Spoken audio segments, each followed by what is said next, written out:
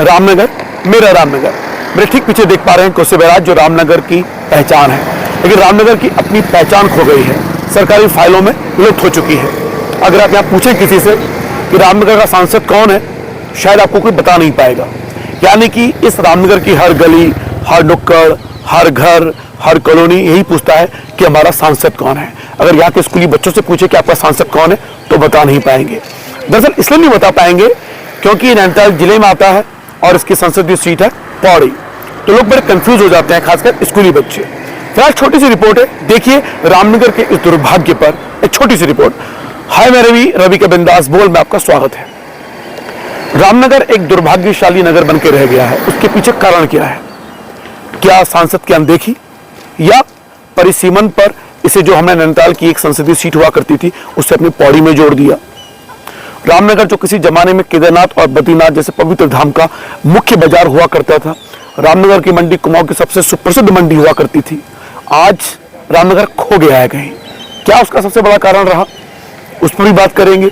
साथ में अगर हम बात करते हैं यहाँ पे इन बीते 6 महीनों की बात करें तो अजय भट्ट जी ने कम से कम 3 चक्कर लगा दिए हैं इस रामनगर में, लेकिन हमारे माननीय एक्चुअल में जो सांसद है इस रामनगर क्षेत्र के वो है तीरथ सिंह रावत जी।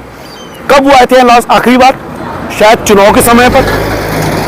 यह कहा जाता है कि तीरथ सिंह रावत जी जिस क्षेत्र के सांसद है यानी पौड़ी के, उसमें 13 विधानसभा सीटें आती हैं, बड़ा भौगोलिक क्षेत्र है ये, और यहाँ पर रामनगर सबसे कोने में आता है, इसलिए उसे देख नहीं पाते हैं। कहाँ जाएंगे हमारे माननीय प्रिय सांसद जी।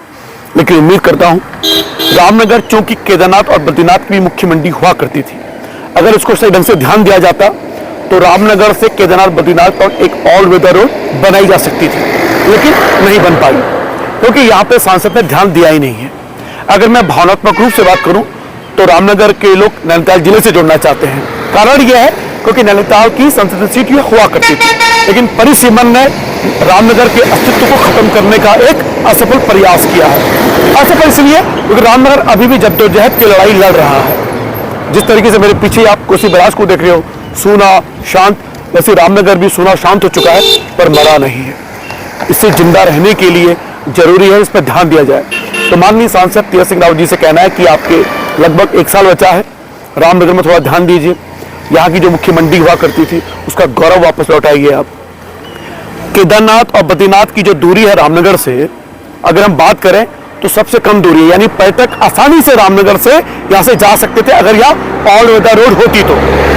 लेकिन अगर आप रामनगर से केदारनाथ की तरफ जाएंगे, बद्रीनाथ की तरफ जाएंगे, क्योंकि दूरी में तो बहुत कम है, लेकिन घंटे में जाएंगे रोड के हालात देखते हुए तो लगता है मुझे पूरे आपको 24 घंटे लग जाएंगे। और जिस तरह के हालात हैं सड़क के, वास्तव में दयनीय स्थिति है। तो रामनगर को अछूत क्यों बना के रखा गया? इसके पीछे किसकी साजिश है? क्या वास्तव में साजिश है?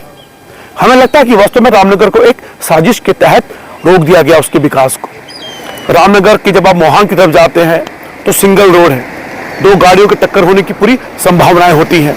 कुमाऊं क्षेत्र का, और आपको पता है कि गढ़वाल कुमाऊं का द्वार कहा जाता है रामनगर को, लेकिन रामनगर में ना तो उच्च कोटि के हॉस्पिटल है, ना ही कॉलेज है, ना ही उद्योग धंधे हैं। यानी रामनगर जो गढ़वाल कुमाऊं का केंद्र कहा जाता था, जो कभी केदारनाथ और बद्रीनाथ जैसे पवित्र धामों का मुख्य मंडी, मुख्य बाजार हुआ करता था, आज उसके हालात ये हो गए हैं कि रामनगर एक आदिवासी इलाका लगता है। तो ये आदिवासी इलाका है किसके कारण? हमारे सांसद की अनदेखी के कारण, या परिसीमन ने जो इसको दुर्भाग्य तौर से शामिल कर दिया जिले से अलग करके, वो उसका सबसे बड़ा कारण रहा है? ये आप लोग तय करें।